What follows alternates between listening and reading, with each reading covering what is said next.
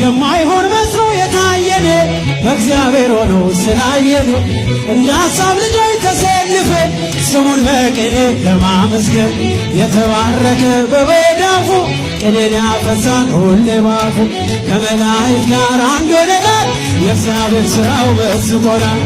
ይህን አደረገ አለ በሉ እግዚአብሔር ታማኝ ነው ሁልጊዜ በቃሉ። ሙሽራው ሙሽሪት እንኳን ደስ አላችሁ ያዕቆብ ሞገስ ሆነላችሁ።